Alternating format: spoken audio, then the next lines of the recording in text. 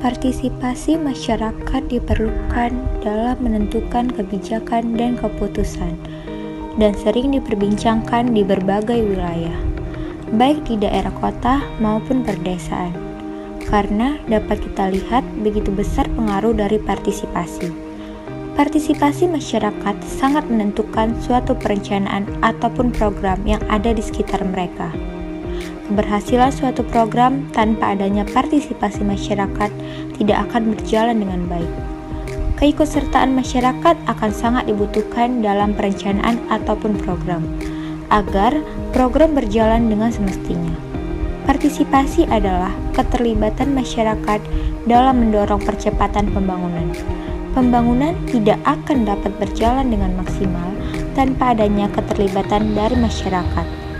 Peran masyarakat dalam pembangunan sekarang ini bukan hanya sebagai objek, tetapi sebagai subjek dari pembangunan. Prinsip pembangunan yang berpusat pada rakyat menegaskan masyarakat menjadi pelaku utama dalam pembangunan. Assalamualaikum warahmatullahi wabarakatuh. Waalaikumsalam warahmatullahi wabarakatuh. Selamat siang Bapak Ibu semuanya. Siang Bu. Yang Bu. Nah baik, terima kasih kepada Bapak Ibu, masyarakat yang saya cintai semuanya, udah mau berkenan hadir nih di dalam rapat kita pada hari ini. Jadi sebelum masuk ke inti permasalahan, saya juga sudah berbicara banyak atau sudah berbincang-bincang pada masyarakat sekitar. Dan untuk itu, saya juga ingin mengetahui permasalahan, usulan atau kendala yang ingin Bapak dan Ibu sampaikan untuk kemajuan desa kita ini. Apa ada yang mau menyampaikan usulan atau permasalahannya terlebih dahulu sebelum saya tunjuk? Ayo dong Bapak Ibu, sebutin aja tuh permasalahan-permasalahan yang memang ada di desa ini, biar nanti kita bisa pecahin permasalahannya itu bersama-sama. Itulah kita gunanya rapat kan pada siang hari ini. Saya Bu. Iya Ibu Maimunah, silakan sampaikan keluhannya. Jadi kan di desa saya terkhusus nih, saya sendiri kan. Saya kan seorang petani, tapi saya masih kurang paham gitu mengenai, apalagi sekarang kan banyak alat-alat yang udah canggih-canggih kan Bu, kayak misalnya bercocok tanam gitu. Jadi saya masih kurang paham gitu cara penggunaan teknologi-teknologi yang ada itu, kayak misalnya mesin bercocok tanam itu. Saya kurang paham Bu. Jadi kalau misalnya diberitahu gitu mengenai hal-hal itu gimana gitu Bu, biar masyarakat terkhusus saya dan suami saya memahami cara penggunaannya. Itu sih Bu permasalahannya, masih kurang memahami. Makasih Bu Nabila. Ya, makasih ya Ibu Maimunah udah mau menyampaikan keluhan atau permasalahannya. Apakah ada lagi di antara Bapak Ibu yang ingin menyampaikan keluhan atau permasalahannya? Saya Bu. Iya, silakan Bapak Ridwan. Jadi gini Bu, permasalahan kami para petani yang ada di desa ini, kami sangat menyayangkan akan hal jalan untuk akses ke tempat kami bertani. Itu sangat hancur Bu.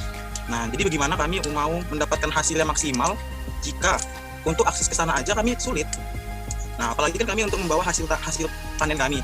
Nah, itu otomatis kami harus bawa sedikit-sedikit. Kalau bawa sekali banyak, itu susah Bu. Nah, jadi kami ya mohon akan bantuan ibu-ibu agar keluhan kami bisa tersampaikan lah, terutama untuk jalan, agar bisa seperti desa-desa yang lainnya dan hasil bertani kami pun jadi maksimal dengan jalan yang bagus. Itu saja Bu. Terima kasih. Baik, terima kasih kepada Bapak Ridwan yang udah mau menyampaikan keluhan atau permasalahannya. Apa ada lagi Bapak atau Ibu yang ingin menyampaikan keluhan atau permasalahannya? Saya lah Bu. Iya Ibu Inem, silakan untuk menyampaikan keluhan atau permasalahannya. Baik Bu, terima kasih. Jadi kan saya itu kan tinggal di pedalaman gitu kan Bu, di desa yang paling dalam. Jadi di desa saya itu masih banyak gitu Bu warga-warga yang membuang sampahnya itu sembarangan, sehingga parit-parit yang di sekitaran rumah saya khususnya itu jadi mampet gitu Bu. Asal ada air hujan gitu, jadi membuat genangan gitu di parit tersebut, sehingga setelah berhenti hujan membuat jadi banyak jentik-jentik Bu. Nah, karena jentik-jentik itu kan bisa menimbulkan jadi nyamuk gitu kan Bu, kan berawal dari jentik-jentik dan jadinya jadi nyamuk. Jadi menyebabkan di rumah saya itu banyak banyak nyamuk gitu kan. Mana anak saya masih bayi gitu, masih ada, kan anak saya Bu ada 4 Bu.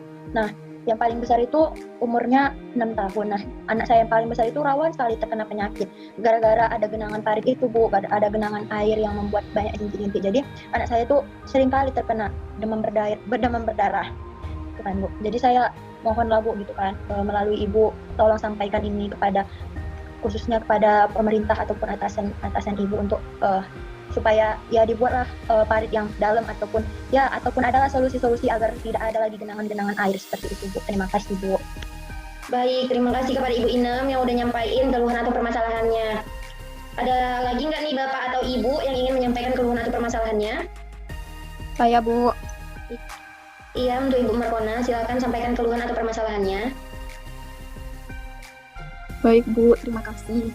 Jadi kan begini, Bu. Ini kan menggunakan partisipasi dari kami masyarakat. Nah, dan juga kan ini kebutuhan akan kami sendiri gitu kan. Jadi istilahnya dari kami, oleh kami, dan untuk kami. Nah, menurut saya kebutuhan yang paling urgent ataupun paling mendasari di desa kami ini, itu adalah kebutuhan akan usaha mandiri, Bu, seperti itu. Karena seperti yang saya ketahui, bahwa banyak sekali pengangguran di desa kami sekarang ini, apalagi kan ini masa pandemi. Jadi kayak pengurangan karyawan gitu, banyak yang di PHK gitu kan. Dan itu mengakibatkan kemarin itu salah satu contoh kasusnya itu tetangga saya, pas sekali sebelah rumah saya. Jadi dia itu kan baru di PHK. Nah, dan itu ekonominya itu betul-betul nurun gitu. Terus kemudian kan setelah ekonominya nurun gitu kan, kesehatannya juga nurun gitu, apalagi penyakit itu nyerang anaknya gitu kan, sampai anaknya itu krisis gitu. Nah, terus itu setelah anaknya krisis, dia kan nggak punya biaya ya untuk yang namanya pengobatan karena dia kan udah di PHK. Nah, kemudian anaknya itu udah sampai meninggal gitu, Bu. Jadi kalau menurut saya kebutuhan yang paling mendasar itu untuk desa kami ini adalah usaha mandiri, Bu, seperti itu, supaya bisa ngatasi sebenarnya orang-orang yang di PHK itu bisa gitu bahwasannya berdiri sendiri gitu dan tidak tergantung pada lapangan pekerjaan, tapi bagaimana caranya kami itu bisa membuat lapangan pekerjaan bagi orang-orang banyak juga itu. Mungkin itu sih, Bu, kebutuhan mendasar menurut saya yang paling mendasari dari desa kami ini. Terima kasih, Bu.